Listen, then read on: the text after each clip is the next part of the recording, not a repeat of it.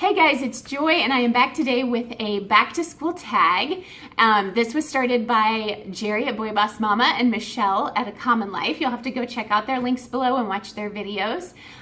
This is really a fun tag about how we start back to school and kind of what we're looking forward to. So great ideas that are going to be given in this video and in Michelle and Jairy's. So you'll have to go check them out. I'm also supposed to tag 3 people. So I'm going to tag Abby at Fulltimewifelife, Trish at Just Sew Trish, and Monique at Creativewifelife. So you guys go ahead and do this tag with me if you would, and we'll have a lot of fun and give maybe some great ideas to other people, because I know this is how I get a lot of great ideas for starting my school year, is watching other people's kind of back to school videos. So the first question is, when do you start school, or do you school year round? We do not school year round. We break in the summer because mama needs a break. I need, like, just my personality. I'm all in or like all off. And so I really need the summer break to just kind of like sleep in and do nothing and just do totally random things. Just be like the total opposite of what the school year is like. So we really just kind of chill in the summer and then, hit it hard during the school year. Number 2, do you have any back to school traditions? I would say the last couple years we've kind of done the same things. So I always make signs for my kids and take their picture that says like, I'm a second grader, I'm a kindergartner, that kind of thing. And we always go outside, take their picture. I try and have them, like dressed, not in their pajamas, that kind of a thing. This year, I think we were like 2 out of 3 on that. So then I have them come back inside and fill in this all about me type of thing. I found this for my second grader, for my 5th grader, and this was, of course, for my kindergartner. I made her like a book just because she does it quicker and she can't really write yet. I usually find those on Teachers Pay Teachers for free, and I just kind of browse around until I find one that looks like would fit my child's kind of personality and their age. So that is our back to school tradition, and then we have sort of 4. So we do the picture, and then we fill in the all about me. We usually have a treat of some kind. Last year I bought some cookies, and there was some paints that came with them that were like food coloring paints, so they could paint them and then eat the cookie. This year we did fairy bread, which I had found that idea from the family fudge. She had that for her back to school tradition. It was really cute. It's like an Australian treat, and that was fun to try. The kids enjoyed that. And then the last thing we do is I lay out all their new supplies on their desks. So they come down and they see all their new supplies. This year they helped pick them out, so they knew what their supplies were, but it was still a fun thing to do. So those are our back to school traditions. Question number 3 says, what do you look forward to the most about the new school year? I would say the thing that I do look forward to the most about a new school year is just the rhythm and routine. Reestablishing that after a summer of just taking it easy. We're all really ready to get back into it. This year was no exception. We actually did start last week for school.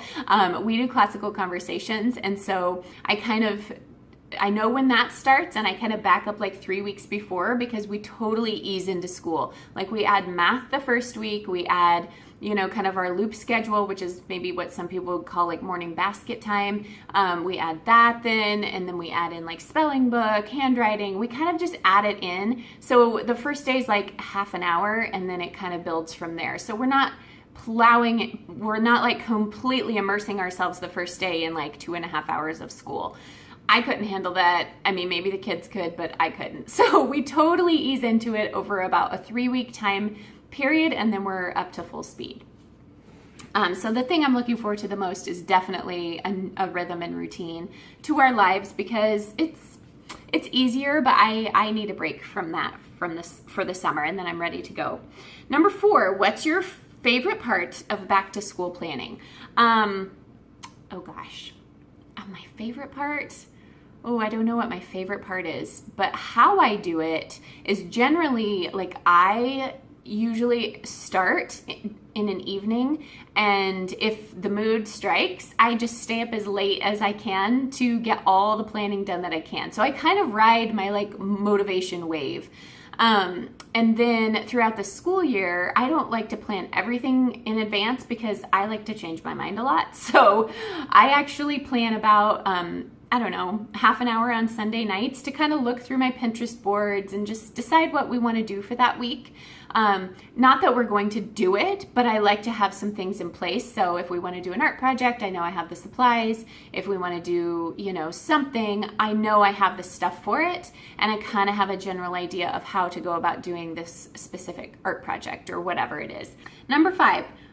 Are you an early bird gets the worm or a last minute shopper? Aha! Well, this year I'm more of a last minute shopper just because I am directing a CC community, a classical conversations community. So I have a list like a mile long that I need to purchase. So this year we're like 2 weeks from the start and I still have things that I need to purchase. So I do feel a little bit behind in that, but honestly, for our own school, I think there's one more book that I would like to add in, but it's not like a necessity. So I really feel like I'm generally an early bird gets the worm kind of a gal. And a lot of times I know what I'm going to do for the next year. So when I go to like a homeschool conference or we have for classical conversations, we have like bookstores, things like that they open every so often. I just go and I look and I love to just look through it and then I just buy it right there. So generally I have everything I need well in advance of the school year.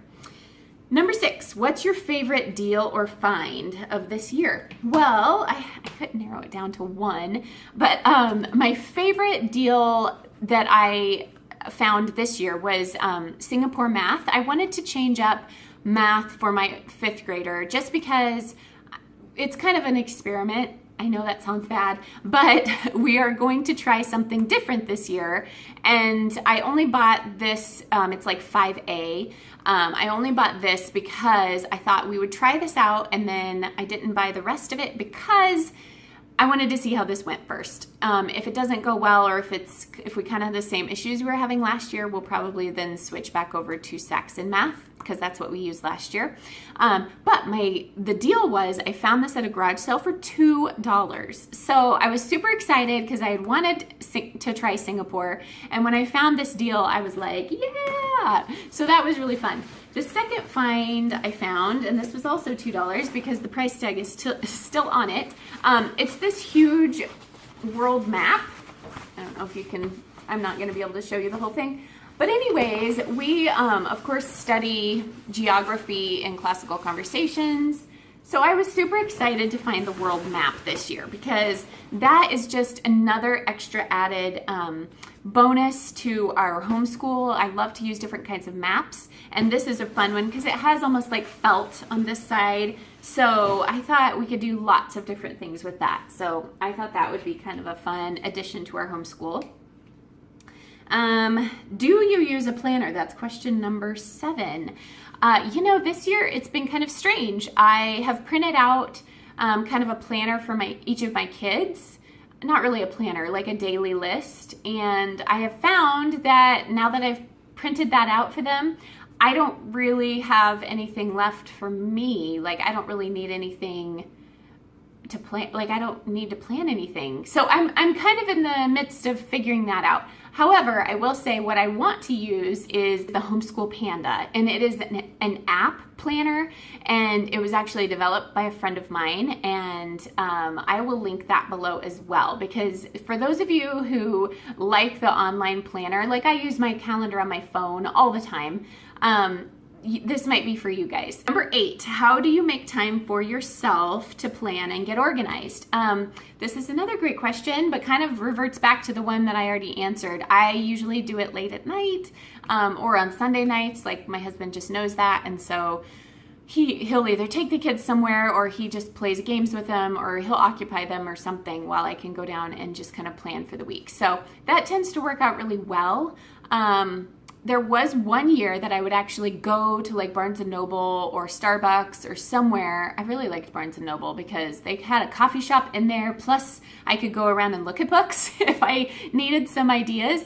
So I would go to Barnes & Noble, get myself a coffee or something on a Sunday night and take like 1 hour and just plan for the week and write everything out. And this was when I did like a paper planner. And it was really handy. Like I felt so much more ready for the week and just so much more on top of it and things like that. So I would have to come home and like gather some supplies for my, we do Logic of English. So I would have to like do some stuff once I got home, but just to have that uninterrupted time, especially when my kids were a little bit younger and I needed to, I felt like I needed more things to keep them occupied because they would just get done with something so quickly. That was very helpful. Number 9, what did you do last year that you won't do this year? I've been thinking about this, and honestly, I don't think, like curriculum-wise and things like that, I wasn't really unhappy with anything that we did last year. I will say the thing that keeps coming to mind is attitude. As much as my kids had difficulty with maintaining a positive attitude, especially in those months that homeschooling gets really hard. So this year, I really want to leave that behind. I want to work on that more this year. Just my attitude, and therefore it will obviously spill over onto my kids, and help their attitude. So that is the thing that I want to work on the most. I can't say I won't be bringing it in this year, obviously, because it is a part of me, but I really want to work on that. Number 10, describe in one word your attitude for this school year. Well, I think my attitude right now is hopeful. I really feel like going into this year, I saw, since we've already started, I've seen some things that I worked on really hard last year, like some classroom, things that I really, like behaviors that I wanted to see in the classroom. And they picked right back up when we started this year, like positive things. And so I was really encouraged by that. So I'm really striving and working hard. I did last week and I'm hoping to this week of not bringing back in those negative behaviors because, we all know how easily those can slip back in. So I was encouraged by seeing the positive behaviors from last year. Even the first day of school when we were back, my middle son, he said, so we can't turn on devices until 3 o'clock, right? Because it's a school day. And I was like, yes, they remembered. So that was really awesome. And I was pleased that they remembered so much because I honestly went into the year thinking that they weren't and we were going to have to restart. So this was kind of my homeschool tag, my back to homeschool tag. If you guys stuck with me, awesome. Thank you so much. I will be sure and tag the ladies down below that started this tag, and I hope you guys have a great day. See ya.